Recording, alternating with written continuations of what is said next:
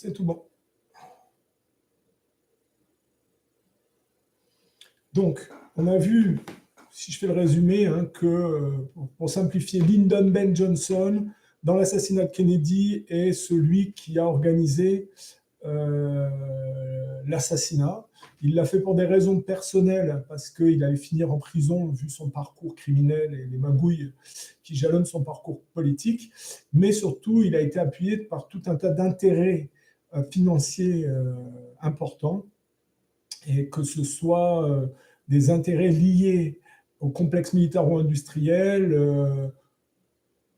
que ce soit des intérêts liés à la mafia, que ce soit des intérêts de vieilles familles établies. Ce qu'il faut retenir, c'est que tout s'inscrit dans une même mécanique dédiée, si vous voulez, à la poursuite du colonialisme voyoucrate pro-technologique, dont le bout de tableau est le projet du Grand Israël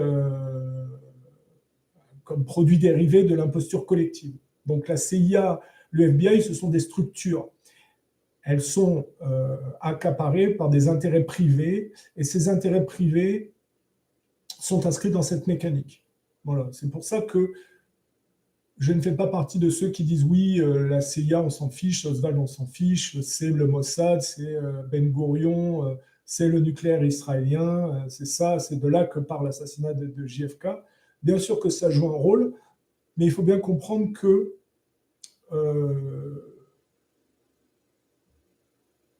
la première chose déjà, c'est que derrière le projet du Grand Israël, il y a le couple Windsor-Rothschild, parce que c'est couplé à la poursuite du colonialisme anglais et à l'économie anglaise tenue par le pôle de la famille Rothschild. Hein, et donc, il y a des services anglais. Mais les services anglais, les services américains, le Mossad, travaillent de concert, si vous voulez, dans une même mécanique. Ils sont très liés à la mafia et au blanchiment d'argent. On le voit par rapport à des profils comme Meyer Lansky, Edgar Hoover, qui est tenu par Meyer Lansky. On le voit par rapport à Cuba et ce qui s'est passé avant la révolution de Fidel Castro. Voilà. Donc, il y a les militaires anticommunistes, dont certains sont d'extrême droite et qui sont pro-nucléaire et pour poursuivre la guerre froide. Il y a effectivement la CIA avec un antagonisme avec les frères Kennedy. Il y a donc les anticastristes également que Kennedy alourdait à la baie des cochons. Il y a les mafieux qui en veulent à Kennedy de ne pas avoir rendu l'appareil alors qu'ils ont aidé à son élection, pour certains. Évidemment qu'il y a les services israéliens impliqués dans l'affaire.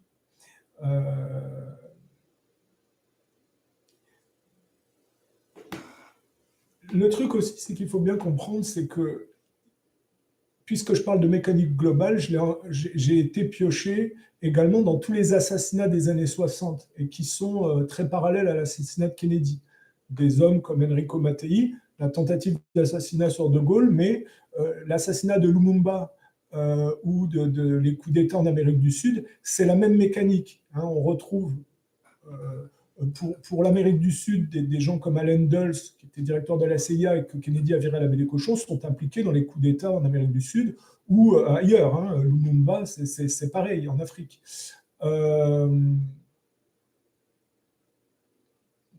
Pareil, les réseaux Stébien, les réseaux Gladio en Europe, censés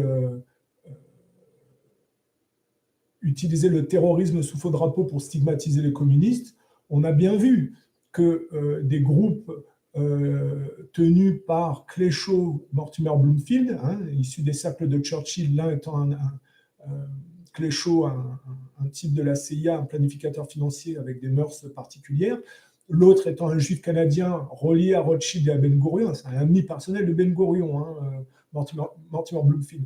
On voit qu'ils sont situés en Italie et en Suisse et que les services français de De Gaulle, en connivence avec les gouvernements suisses et italiens, virent Cléchot et Mortimer Bloomfield parce qu'ils sont en train de fomenter l'assassinat de Gaulle. Hein. Et on retrouve Cléchot poursuivi par le procureur de la Nouvelle-Orléans, Jim Garrison, dans l'assassinat de Kennedy. Or, quand vous prenez le profil de ces deux personnages, et notamment du major Mortimer Bloomfield, qui est un vendeur d'armes une personne qui joue sur tous les tableaux, hein, puisqu'il est, lui, il est très lié au Mossad, il est lié à la CIA, il est lié à tout, il a toutes les cartes, si vous voulez. Au MI6, effectivement. Quand vous prenez la société Permindex de Mortimer Bloomfield, vous remontez à Stevenson et à Lord Beaverbrook. Et là, on en arrive, si vous voulez, à la naissance de l'écologie du WWF et des cercles du Club des 1001, des cercles colonialistes anglais, le Club des îles, par exemple, qui sont les paravents des assassins de la couronne d'Angleterre et qui, par produit dérivé, donnent aujourd'hui le projet écologique moderne du Great Reset. Hein, voilà, il faut bien comprendre. Et c'est là que la conclusion prend son sens, c'est que quand vous prenez l'assassinat de Kennedy, où c'était plutôt un contexte d'extrême droite américaine, rabiquement anticommuniste, mais pas complètement découplé du sionisme, qui a organisé en grande partie l'assassinat dans cette mécanique, si vous voulez, la conclusion que je vais faire consiste à comprendre comment on est passé d'un projet tenu par l'extrême droite sioniste à un projet tenu par l'extrême gauche sioniste. Comment, entre-temps, on en est arrivé à notre société contemporaine. Bonsoir, ça fait plaisir. D'ailleurs, puisque tu viens sur le direct, je te dis, on pourra refaire un échange comme on a fait la dernière fois, hein, il n'y a pas de problème. Parenthèse refermée. Je dis donc la conclusion, c'est de comprendre comment on est passé vers l'extrême gauche. Et c'est là que, en fait, si vous voulez,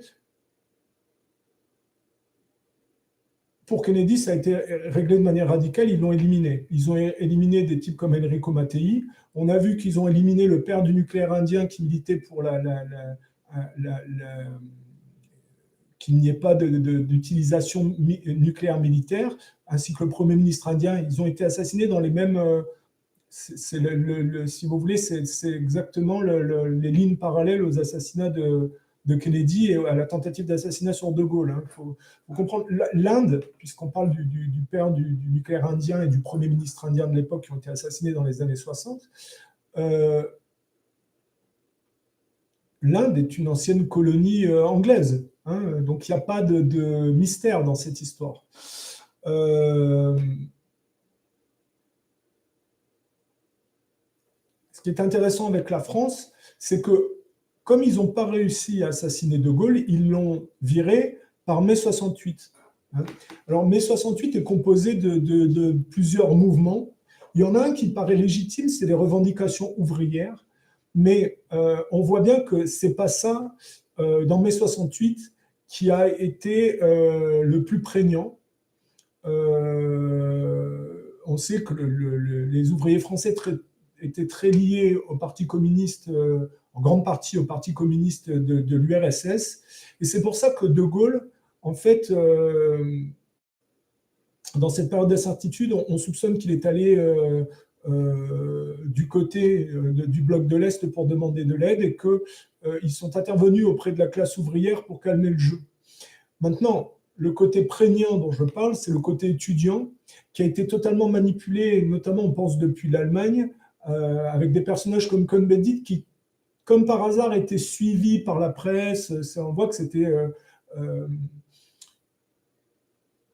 y a quelque chose qui était de l'ordre du systémique et qu'en réalité, ce n'est pas mai 68 ou Woodstock aux États-Unis qu'on va comprendre comment on va arriver à cette extrême gauche qui va reprendre le même projet qui est parallèle à l'époque de Kennedy, si vous voulez, avec cette extrême droite qui lui a fait la peau en grande partie. Et c'est pour ça que je dis extrême droite, extrême gauche. Ce n'est pas du national-socialisme ou du fascisme. Ce sont déjà, pour les États-Unis, c'est une culture protestante un peu particulière. On est dans une version post-Seconde Guerre mondiale inscrite dans le culte de la Shoah et l'imposture de Nuremberg, on va dire.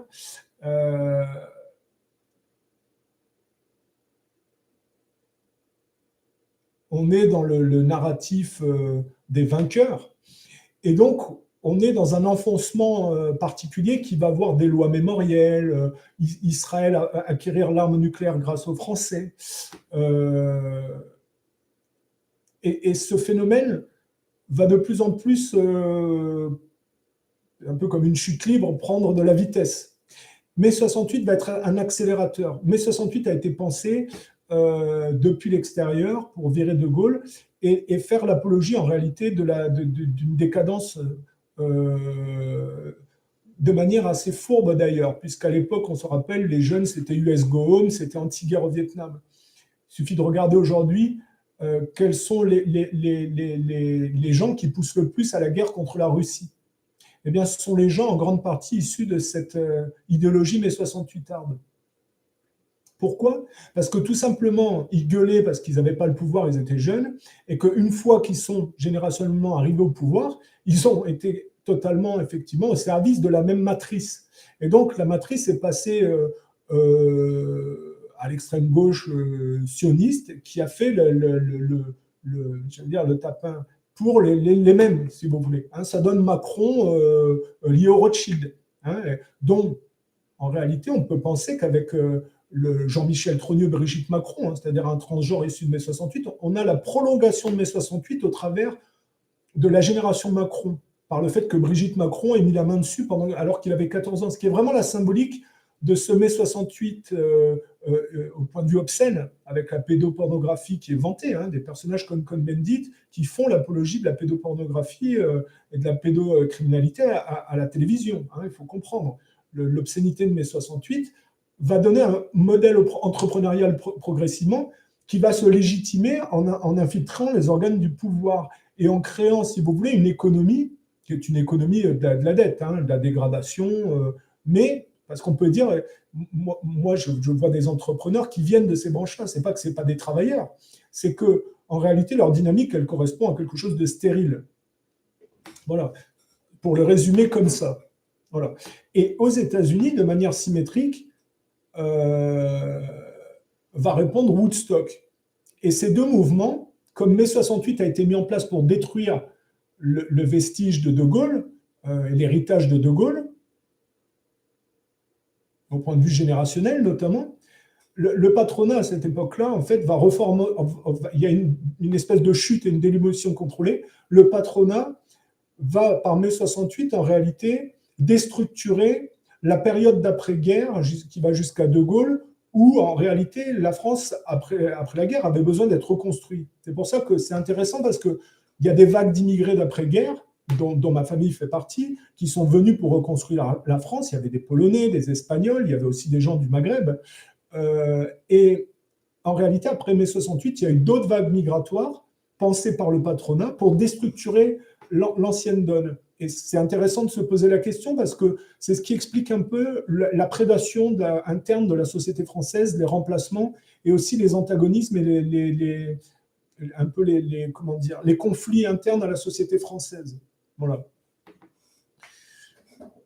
Et aux États-Unis, par Woodstock, drogue, sexe, gangstérisme, on va essayer de réduire, de dégrader, de détourner l'héritage que Kennedy avait impulsé par ses réformes. Je rappelle qu'il voulait donner des droits aux Noirs, qu'il voulait faire quand même des réformes, et que après la Seconde Guerre mondiale, Harry Truman avait des liens avec le Ku Klux Klan et que la société américaine n'était pas totalement ouverte aux Noirs. Il faut comprendre que, bon, ils ont ouvert des postes, c'est sous Truman, dans l'armée aux Noirs, parce que Truman était quand même un peu choqué. Les Noirs étaient aussi envoyés au front pendant la Seconde Guerre mondiale, et quand ils revenaient, ils s'étaient déchargés des camions, ils s'étaient battus. Ça a un peu choqué Truman, qui s'est dit, bon, on va un peu lâcher la bride. Il a ouvert des postes dans l'administration pour les Noirs, et puis les ligues sportives ont commencé à donner des salaires à des sportifs noirs, et progressivement, c'est ce qui va amener certainement des personnages comme Rosa Parks, qui refuse de laisser sa place dans un bus. Vous savez, vous aviez les places réservées aux Blancs, les places réservées aux Noirs. Il y avait une ségrégation, il y avait des endroits qui étaient interdits aux Noirs à cette époque-là, d'après-guerre. Et donc, progressivement, les Noirs vont commencer à avoir accès à la culture et donc à avoir la possibilité de connaître un peu le système administratif, les lois, pour pouvoir se défendre. Et donc, Martin Luther King va apparaître après Rosa Parks. Et les frères Kennedy s'inscrivent dans le courant de la société qui voit d'un bon œil le fait que les Noirs puissent bénéficier des mêmes droits et soient traités de la même manière. Évidemment, ça va rentrer en conflit avec cette Amérique conservatrice dont on va retrouver quand même une mentalité prégnante au Texas. Dans tous les gens qui, on disait, un des personnages juifs dans l'affaire de l'assassinat de JFK, c'est un certain Weissman, Bernard Weissman, qui mettait des affiches des affiches qui c'était un peu comme un faire-part de décès. Il faut bien voir comment étaient mises l'affiche pour exciter la foule conservatrice contre Kennedy en prétendant que c'était un communiste et tout ça. Il faut comprendre un peu comment les services israéliens font monter la sauce de leur manière, si vous voulez. Et donc, Kennedy veut faire payer des impôts à ces familles conservatrices, puisqu'elles financent son opposition en plus, en partie, puisque dans les primaires démocrates, Harold Lafayette Hunt, qui est quand même le financier de la John Birch Society et l'homme le plus riche de la planète à ce moment-là, finance la campagne de Lyndon B. Johnson contre Kennedy. Donc, plutôt que de bénéficier de ristournes par le système, Kennedy préfère les voir payer des impôts. Bon, donc il s'est mis ces gens-là à dos en grande partie. Et donc, il y a avec Kennedy, Martin Luther King, Malcolm X, il y a, si vous voulez, et même si c'est biaisé, une tentative d'émancipation et d'ouverture aux États-Unis. Et le problème, c'est qu'on est au sein d'un système judéo-protestant qui ne veut pas que la dynamique que les Noirs représentent soit inscrite dans cette tentative d'émancipation relative et biaisée que représente Kennedy, mais que soit assimilée à leur sauce. Et c'est en ça que Woodstock va être mis en place pour dévier, si vous voulez, l'impulsion kennedienne Martin Luther King et la travestir pour la soumettre à la même direction sioniste du projet du Grand Israël dont on voit les conclusions, enfin, c'est pas les conclusions, mais dont on voit comment ça se passe aujourd'hui, dont on commence à comprendre quel était le projet, si vous voulez, avec le génocide des Palestiniens, Neom, Gaza 2035, on voit bien comment tous les réseaux, les infrastructures sont en train de se juxtaposer pour aboutir à ce projet du Grand Israël. Et Woodstock et mai 68 sont des étapes, si vous voulez, de démolition contrôlée pour mai 68 de l'ère gaullienne et pour Woodstock de l'ère kennedienne.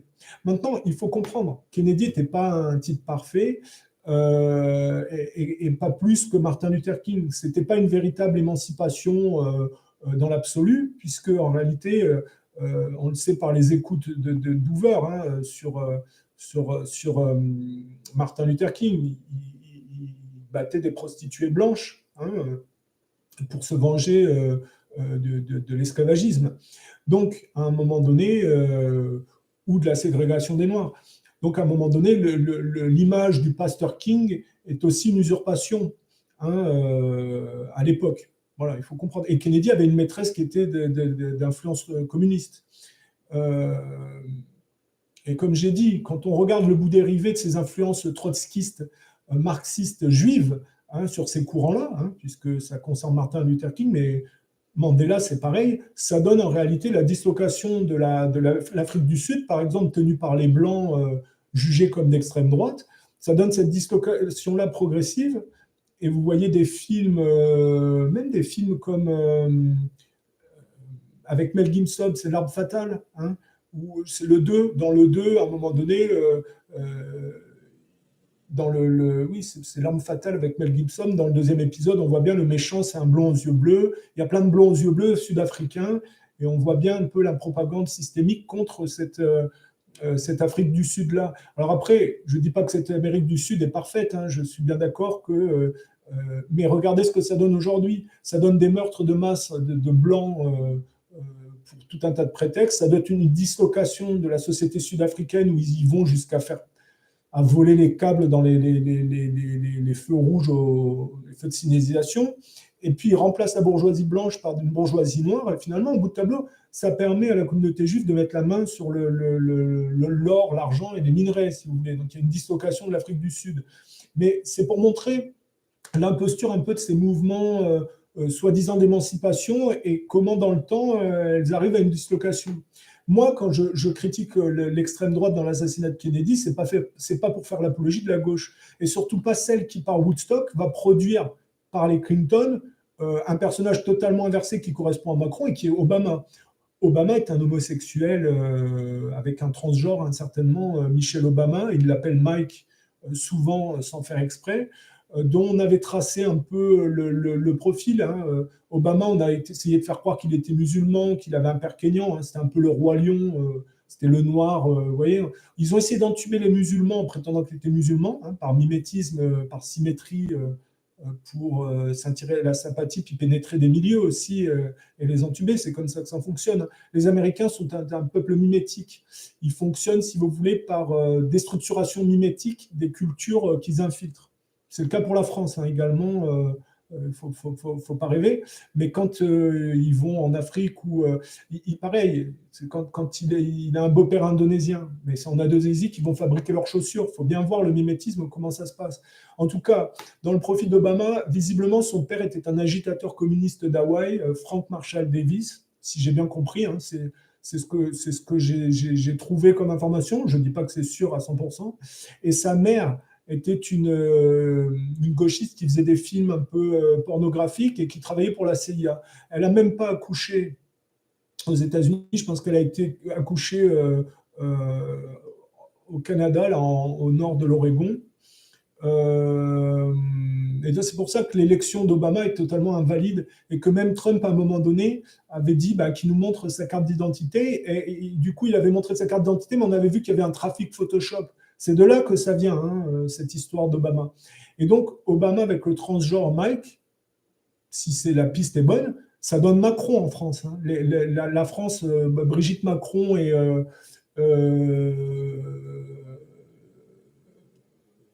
Emmanuel Macron, ils innovent pas. C'est que les Français font toujours ce que les Américains font, mais avec des années de retard.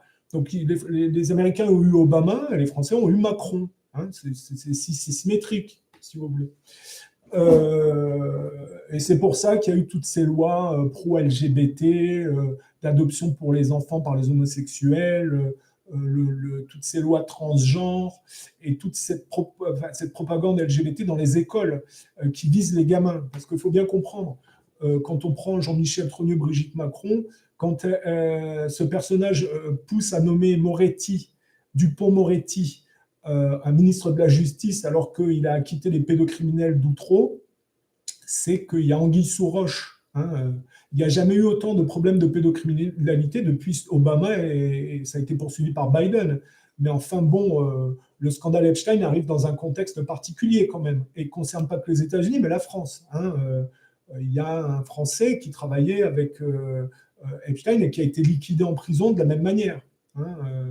Je ne sais même plus son nom, quoi, mais il travaillait pour une agence de mode, hein, et puis il livrait des petites filles de la même manière. Qu'est-ce qu'on peut dire? Oui.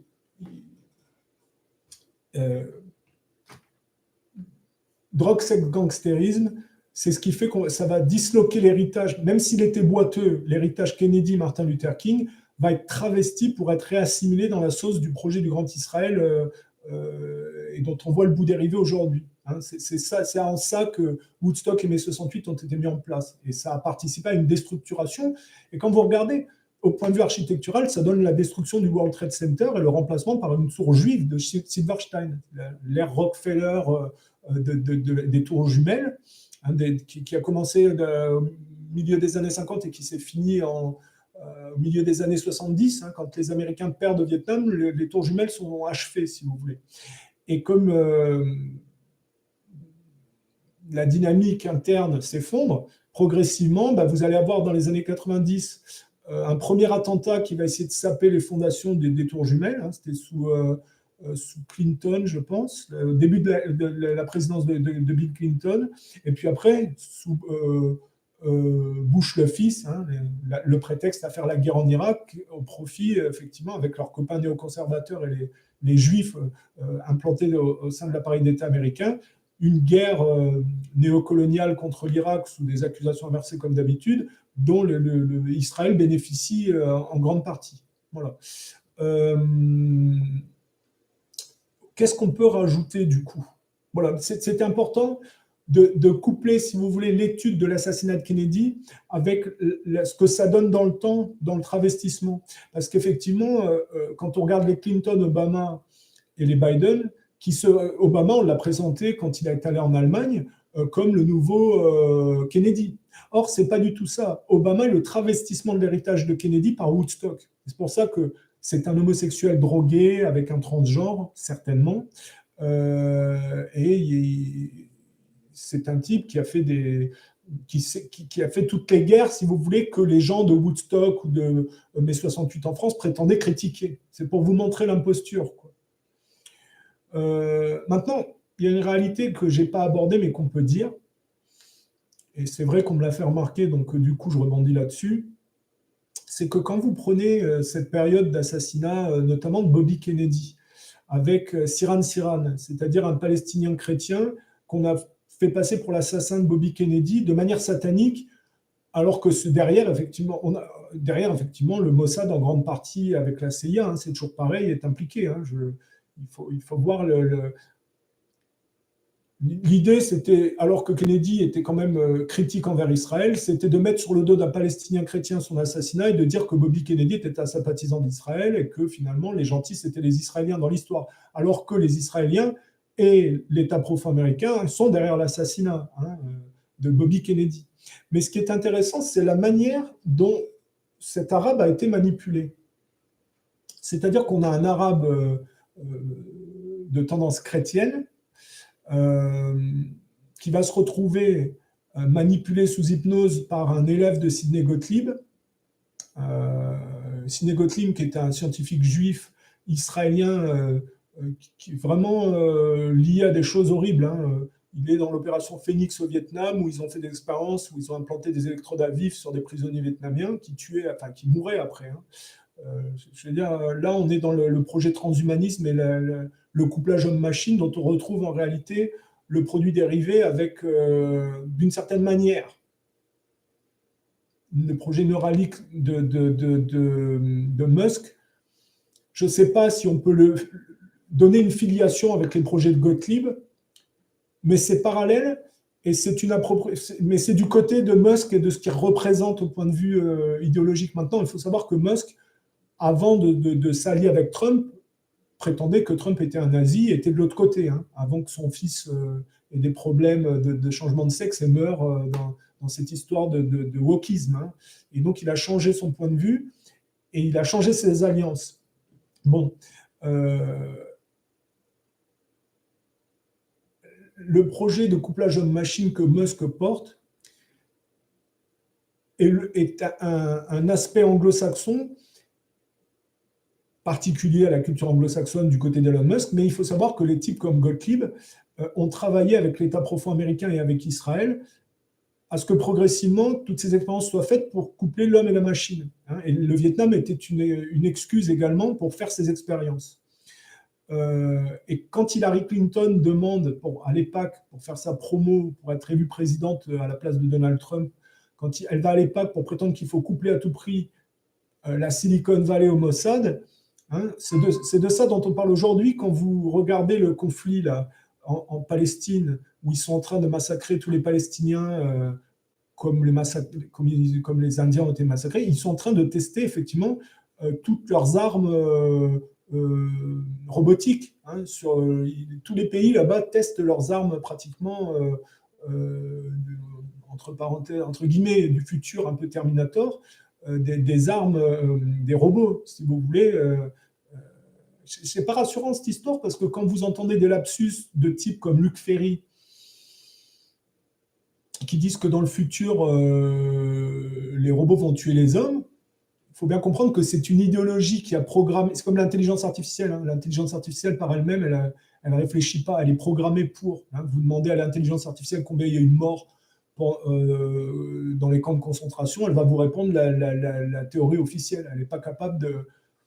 L'intelligence artificielle n'est pas capable de vous dire le comité juif américain avait compté le nombre de juifs dans le monde avant la Seconde Guerre mondiale et puis quelques années après. Elle ne va pas vous dire que ça ne correspond pas à 6 millions de morts dans les camps de concentration. Pareil, elle ne va pas vous prendre les documents de la Croix-Rouge de l'Irlande qui recensent tous les morts dans tous les camps de concentration par ethnie. L'intelligence artificielle, elle est programmée pour dire les conneries du système et pour fliquer les gens.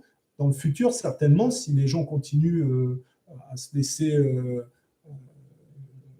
enfin, si les gens continuent de manière comme ça, hein, si les gens continuent à se soumettre et à travailler au sein de cette matrice, l'intelligence artificielle sera un truc automatique qui les friquera, si vous voulez, avec les programmes mis en place par une idéologie de ceux qui, par exemple, sont derrière le Great Reset, hein, des types comme Klaus Schwab, le roi d'Angleterre, Bill Gates, tout ça. Donc quand Luc Ferry dit que les robots dans le futur tueront les humains, c'est parce qu'il y a une certaine idéologie derrière qui les aura programmés. Il faut arrêter de dire qu'il n'y a pas de responsabilité dans cette histoire.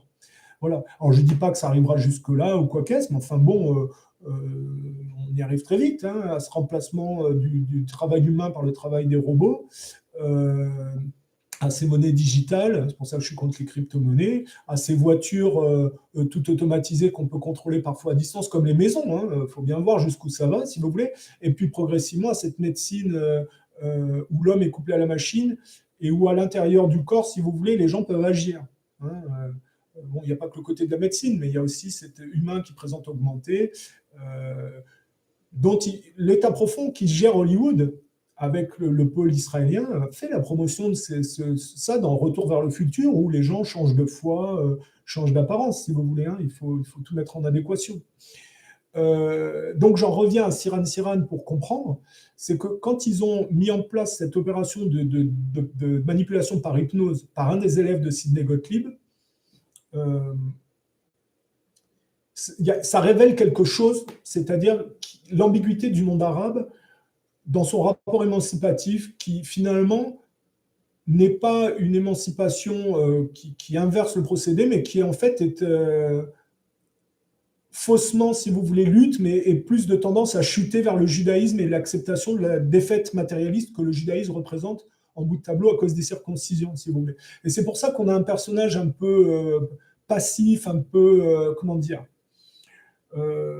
passoire et un peu manipulable, quoi, hein, et qui finit par être manipulé par hypnose. Et vous remarquez comme ça passe aussi par la sexualité. Une femme dont on le fait la faire désirer et qui, par cet aspect organique de manipulation, si vous voulez, amène ce Palestinien chrétien à avoir un acte de juif, en réalité, et à servir à la communauté juive à se couvrir. Mais c'est parce que les gens sont faibles d'esprit.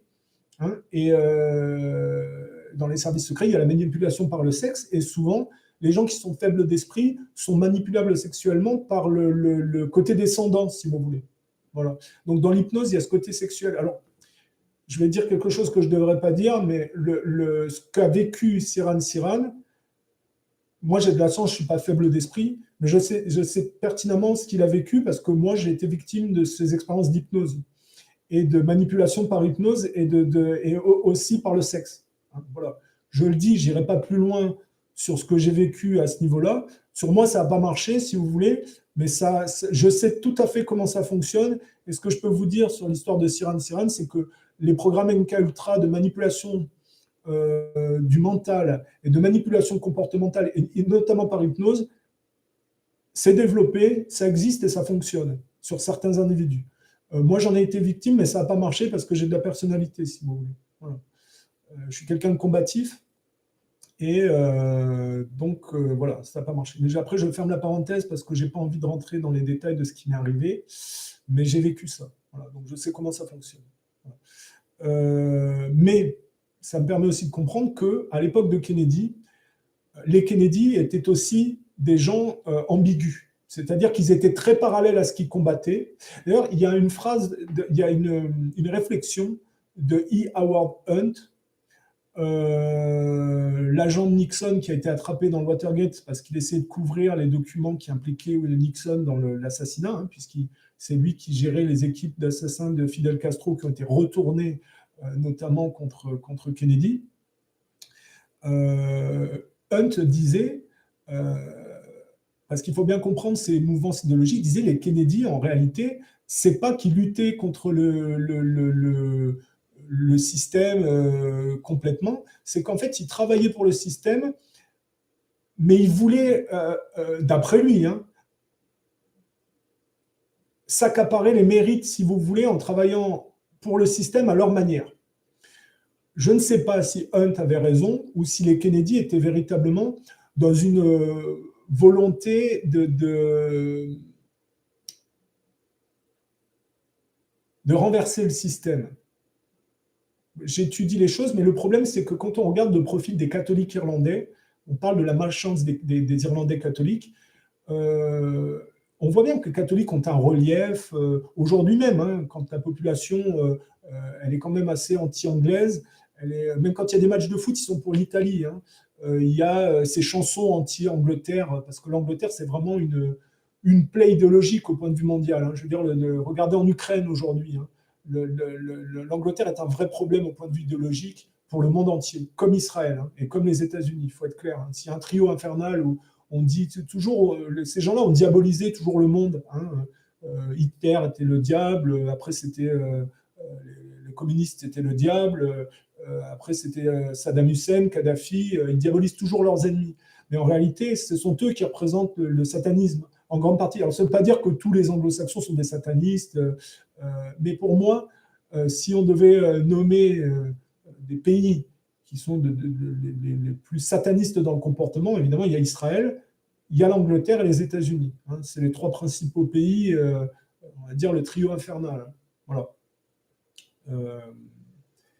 Et c'est pour ça que j'ai dit qu'il ne fallait surtout pas que ces pays-là aient un poids au point de vue du leadership et de l'économie, parce que c'est très mauvais signe. Il ne faut pas attendre que si ces pays-là dominent, il y ait quelque chose qui s'arrange, si vous voulez. Il faudrait qu'il y ait une émancipation et une inversion en Europe qui soit le foyer, si vous voulez, d'une influence et que les autres pays suivent, y compris les États-Unis et l'Angleterre. L'Angleterre, c'est comme un produit dérivé du continent européen et les États-Unis sont un produit dérivé de l'Angleterre, hein, si on extrapole. Et Israël n'est que la conséquence des égarements des autres, hein, de ces pays-là notamment. Hein. Il faut bien comprendre la juxtaposition. Et ils sont tellement à ce point paumés que c'est Israël qui gère économiquement et qui induit et qui fait chantage sur les autres. Hein, Epstein et tout ça. Et donc je dis, quand j'étudie le profil des Irlandais catholiques, qui sont très imbriqués dans la mouvance anglo-saxonne, en réalité ils sont très parallèles à ce qu'ils combattent, et parfois ils sont très ambigus parce qu'ils combattent, ils combattent les mêmes, si vous voulez, avec leur relief à eux. Et j'ai l'impression que la réalité, c'est que malgré les qualités indéniables des Kennedy, ils étaient trop ambigus et trop proches, et finalement, la mouvance la plus prégnante, c'est celle qui allait dans le mauvais sens, et ils n'ont pas été en capacité, ils n'ont pas eu la force, en réalité émancipatrice, de bloquer le processus. De toute façon, je pense que c'est aussi une question d'inconscient collectif. Je pense que dans la mouvance collective, en réalité, le poids des Kennedy n'est pas assez important pour qu'ils puissent s'imposer. J'ai l'impression que la plupart des gens, je me suis toujours posé la question, est-ce que s'il y avait un modèle fort et puissant, est-ce que les gens suivraient ce modèle-là et finalement il y aurait une inversion, ou est-ce que en réalité l'orientation qu'on voit dans le monde n'est que le fruit de la déshérence collective et que les gens, en réalité, ça n'est que la démonstration de l'incapacité des gens à faire autre chose que de se complaire progressivement vers un matérialisme dont les Juifs sont le bout de tableau à cause des circoncisions. Et le problème, c'est qu'avec des personnages comme Sirhan Sirhan, on voit des gens faibles d'esprit qui sont en réalité l'expression un peu de ce monde arabe qui prétend être un rebelle, mais qui donne des faux rebelles comme... Pour Sirhan Sirhan, c'est un peu particulier, mais on voit des Ben Laden, par exemple. C'est absolument pas un arabe rebelle anti-système. C'est un type de la CIA qui a permis aux États-Unis de justifier la guerre au terrorisme et l'interventionnisme américain et le redéploiement des guerres néocoloniales dans le monde arabe. Après la chute du communisme, il y a eu la fin du gladio, donc les réseaux stay behind anticommunistes se sont transmués en filière de manipulation de djihadistes pour, si vous voulez, disloquer l'héritage de l'URSS qui s'était imbriqué dans le monde arabe. Hein, il faut bien comprendre. Les lignes colonialistes d'après-guerre que la France a perdues et que les Américains se sont réappropriées, les Américains étaient en conflit avec les lignes colonialistes russes. Ça donne le Vietnam. Ils se sont vengés du Vietnam en Afghanistan, par exemple. Mais les pays arabes ont été dispatchés entre les influences du bloc de l'Est et du bloc de l'Ouest. Mais après la chute du communisme, il fallait encore disloquer cette influence résiduelle. Et ça a donné, si vous voulez, le changement des réseaux stay behind en Europe qui se sont transformés en réseaux de filières de djihadistes pour monter les gens contre les Arabes en manipulant d'autres Arabes qui étaient beaucoup plus des Arabes de type Arabie Saoudite, Qatar, Émirats Arabes Unis, qui sont des pays qui sont un peu des mirages artificiels mis en place par les Américains pour des raisons de pétrole, mais qui sont totalement parallèles à la logique israélienne en réalité. Alors qu'il y a certains Arabes qui sont plus lucides et qui luttent réellement, on va dire, contre ce que représente la défaite matérialiste juive.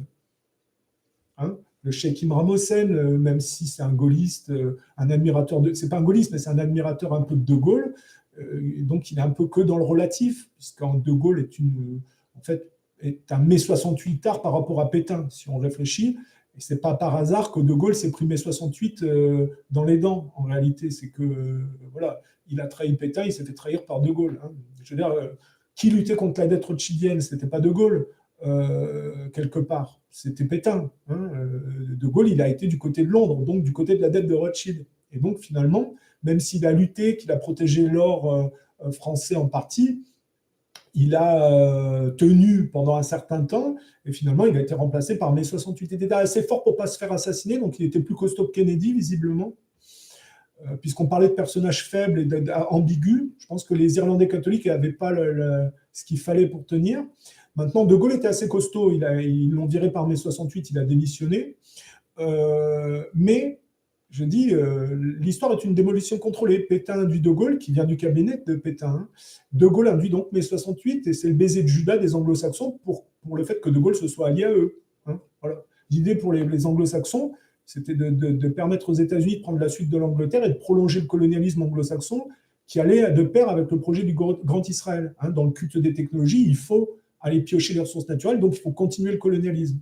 Ce n'est pas le colonialisme de type allemand ou de type fasciste italien qui s'est imposé, c'est le colonialisme anglais et américain. Et donc l'Israël qu'on voit aujourd'hui, c'est la configuration qui correspond à ça en bout de tableau. Hein, pour ceux qui disent qu'Adolf Hitler est à l'origine de la création d'Israël, voilà, je remets les choses en place, les Allemands ont perdu. Hein. Adolf Hitler est mort, Mussolini a été pendu, ces gens-là n'ont pas eu voix au chapitre, si vous voulez. En plus, les anciens nationaux-socialistes ont été réappropriés, notamment, regardez, on parlait du Gladio, Klaus Barbie a fait partie des réseaux du Gladio, a été utilisé par les Américains dans tout ce qui était dans les réseaux du Gladio, les réseaux Stébien, ces trucs terroristes, et puis ces trucs de torture et d'interrogatoire, si vous voulez. Voilà, et toutes les scientifiques allemands qui ont été utilisés par les Américains, von Straub, von Braun pour la NASA, Eric Straub pour l'île aux prunes, là, les expérimentations sur les animaux pour créer des maladies. Hein, ça donne, par fil dérivé, la maladie de Lyme. Hein. Plum Island au large de New York, mais il y en a eu beaucoup d'autres. Voilà. Il y a quelques Allemands qui ont été travaillés de l'autre côté, c'est-à-dire par exemple l'économiste Ingmar Stark, excusez-moi pour l'allemand, Ingmar Schmar, je ne sais plus son nom, il a été travaillé pour l'Égypte, par exemple, après-guerre.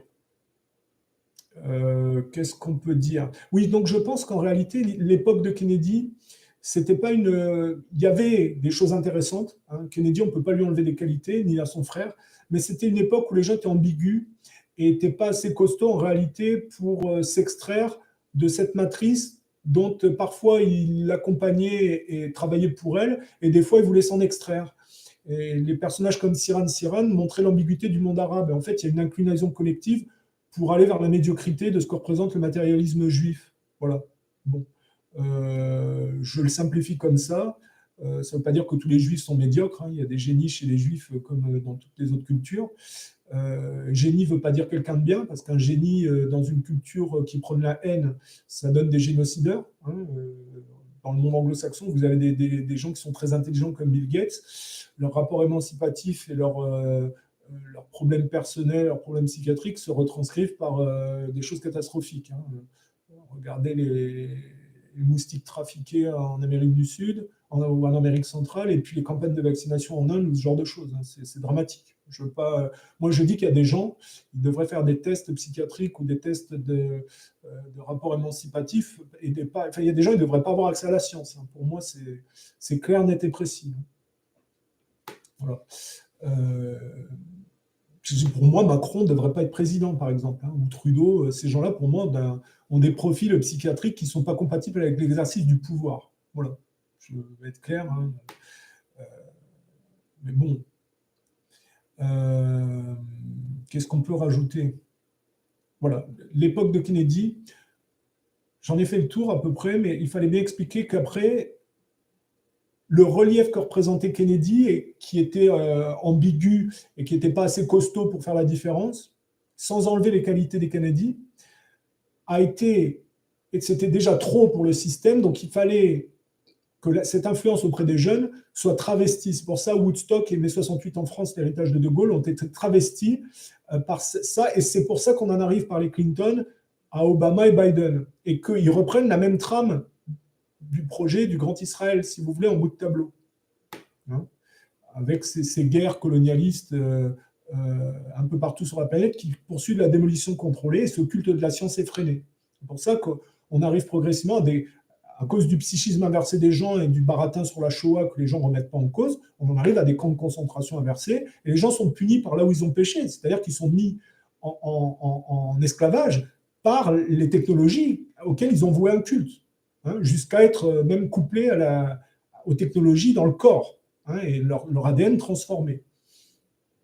Voilà. C'est pour ça que c'est intéressant de se pencher sur l'assassinat de Kennedy et comment ça a après dérivé, hein, dans la démolition contrôlée. Mais de toute façon, l'époque de Kennedy correspond à une ère post-Seconde Guerre mondiale, sioniste, shoatique, et tant que ça n'est pas remis en cause, les gens s'en sortiront pas. Hein. Il faut être clair au point de vue collectif.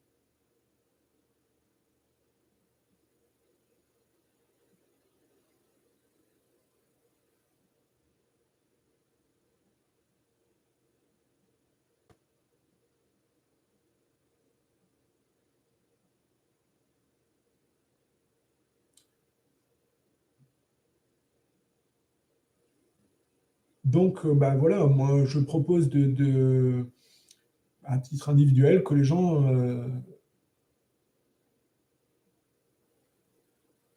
réappréhendent l'histoire et ne se mettent pas de limites, étudient des théories qui sont stigmatisées, hein, de remise en cause de la version historique de la Shoah, de ce qui s'est passé pendant la Seconde Guerre mondiale, de remettre en cause le terme des résistants, alors qu'en réalité, ils ne résistaient pas du tout. Ils étaient en fait alliés des Rothschild et de la fuite en avant qui allait vers le projet du Grand Israël. C'est comme les Lumières. Hein. Il n'y a pas de lumière en réalité dans cette époque de Révolution française. Il y a les ténèbres qui vont se prolonger. On va dire, la monarchie catholique était déjà pas très lumineuse, mais les Lumières, c'est de moins en moins lumineux en réalité si on réfléchit. C'est pareil pour les résistants pour moi. Alors après, je ne mets pas sur un pédestal le national-socialisme allemand et les fascistes qui étaient violents et qui, si vous voulez, avaient une idéologie suprémaciste dominatrice. Mais par contre, je suis honnête avec eux. Ils étaient en amont des autres et ils se sont fait faire les poches par des gens qui, au point de vue émancipatif, n'étaient pas à leur niveau. Voilà, que ce soit clair.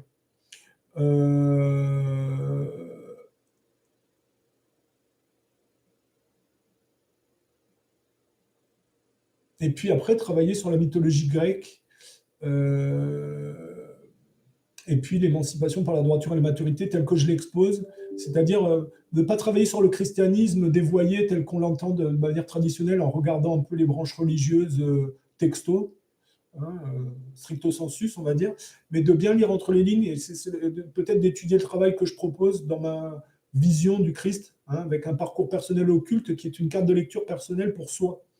Hein, avec chacun son parcours de croix, chacun doit s'extirper ou aider les gens à s'extirper de la prostitutionnalisation au système, hein, Marie-Madeleine, le pardon qui permet, si vous voulez, l'accès à l'âme et de ne pas être bloqué dans des égos narcissiques et complexés. Voilà. quand on regarde le monde aujourd'hui, avec la guerre en Ukraine, avec le génocide des Palestiniens,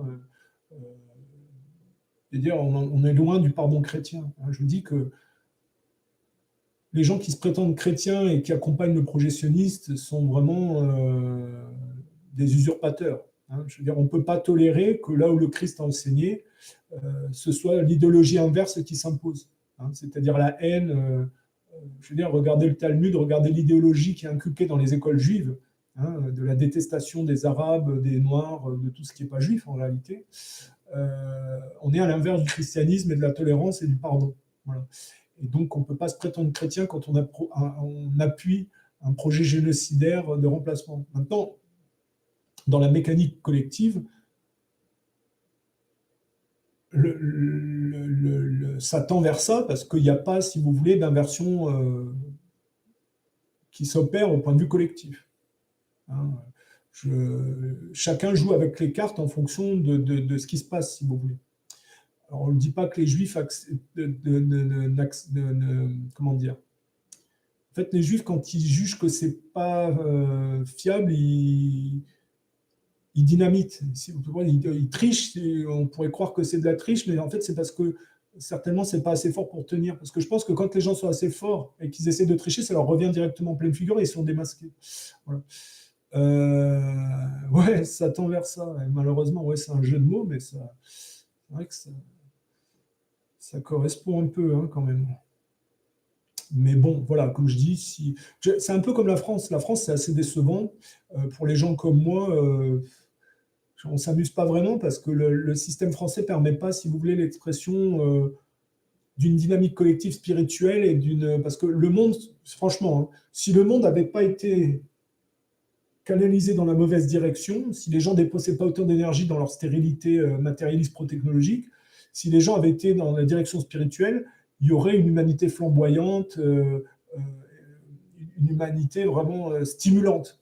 Le problème, c'est que pour les gens comme moi, par exemple, je ne vais pas dire que c'est pestilentiel ou que c'est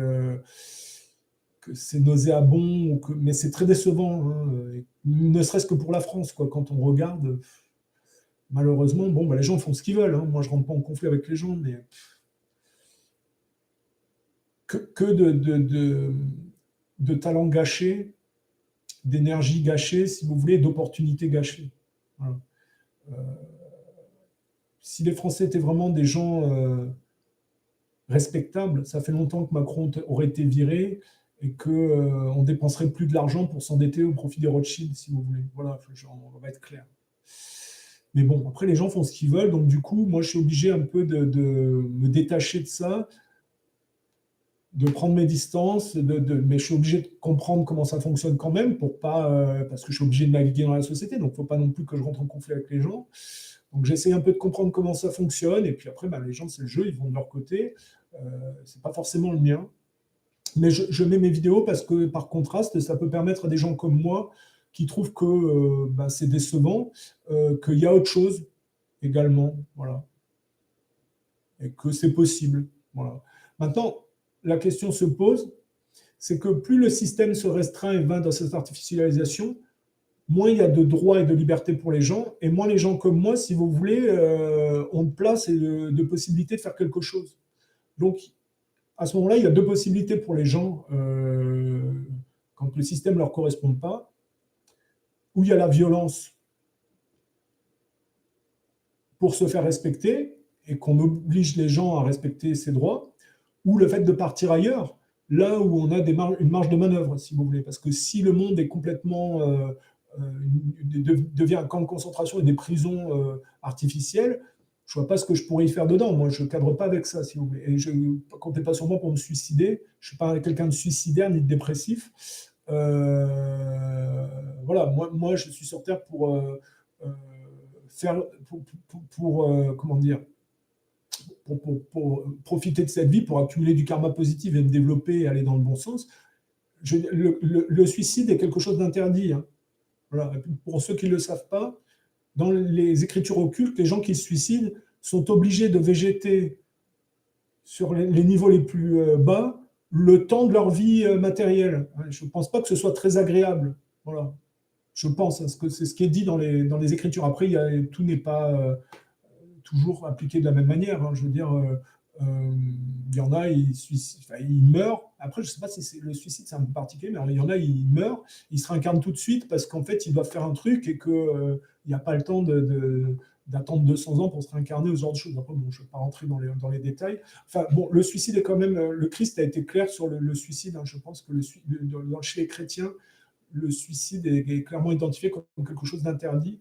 Après, je veux dire, c'est pour ça que quand on regarde le Trudeau, hein, au Canada, où il disait que les jeunes qui voulaient se suicider, l'État allait les aider, les accompagner. Je veux dire, quand une société en arrive, au lieu d'aider les adolescents à s'en sortir, à les accompagner à mourir, c'est comme en Suisse, là, ils avaient des capsules où les gens pouvaient aller se suicider. C'est tout le contraire de ce qu'une société devrait produire. Hein. Une société devrait produire du positivisme, de la joie de vivre, de l'envie de s'émanciper, de l'envie de faire quelque chose. Et malheureusement, la nullité collective produit ou laisse la marge à une idéologie morbide, malsaine et stérile, à avoir des sommes phénoménales et à gérer le système. Et c'est pour ça que moi, la France, ça ne me fait pas envie, que le mondialisme ne me fait pas envie et que c'est frustrant, si vous voulez. Voilà. Mais voilà, donc l'assassinat de Kennedy débouche à ce que je critique aujourd'hui, à ce constat, si vous voulez, d'une société, des sociétés mondialistes qui ne sont pas réjouissantes en réalité, où on ne peut pas vraiment s'exprimer correctement et s'éclater quelque part. Ou, comment le dire, ou vraiment donner le meilleur de soi-même dans la bonne direction. Voilà. Et l'humanité, ça ne doit pas être ça. Voilà. Donc je dis, il ne faut pas baisser les bras. Et il ne faut pas être défaitiste. Peut-être qu'un jour, ça s'arrangera. Si les gens ne font pas d'efforts, ça ne risque pas. Et au pire, si on n'arrive pas à avoir une collectivité qui va vers la lumière, la spiritualité, qui n'est pas, qui est pas productive à ce niveau-là, et que si on n'arrive pas à l'air, si vous voulez, si on n'arrive pas à la quintessence de l'humanité qui s'exprime du côté du bien, si vous voulez, un jour, mais il reste la possibilité soi-même de suivre cette voie. Hein. Encore une fois de plus, de ne pas rentrer en conflit avec ceux qui vont dans l'autre sens. Il faut être détaché. Pour certains, il faut avoir de la compassion, et pour d'autres, on peut être aussi indifférent parce qu'à un moment donné, il y a des gens. Voilà. Et c'est pas quelque chose de négatif, mais moi, il y a des choses qui me laissent indifférent maintenant. Peut-être qu'il y a des gens qui peuvent être scandalisés ou ce genre de choses.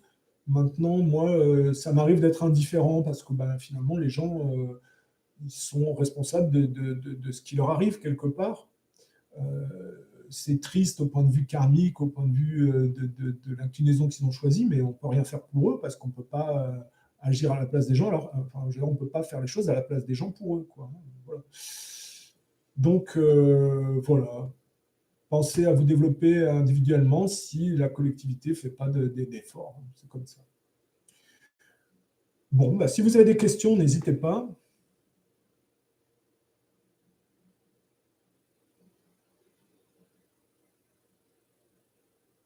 Ouais, bonne soirée. Pas de problème. Oui, alors que j'ai mis une série sur JFK. Je crois c'est une compilation de presque tous les travaux d'un peu tous les experts dessus. Je viens de faire le résumé avec ma propre vision. Et donc, je vous dis, il faut vraiment s'extraire de ce relativisme qui voit une narration collective totalement tronquée par la Shoah. Voilà, il faut s'extraire de cette ère post-seconde guerre mondiale shoatique et du culte de la dette pro-technologique tenu par les Rothschild. Et là, on peut commencer à faire quelque chose. Voilà. N'oubliez pas de travailler sur votre émancipation personnelle. Et puis, si vous avez des questions, vous pouvez me les mettre en commentaire et j'y répondrai comme d'habitude. Bonne soirée.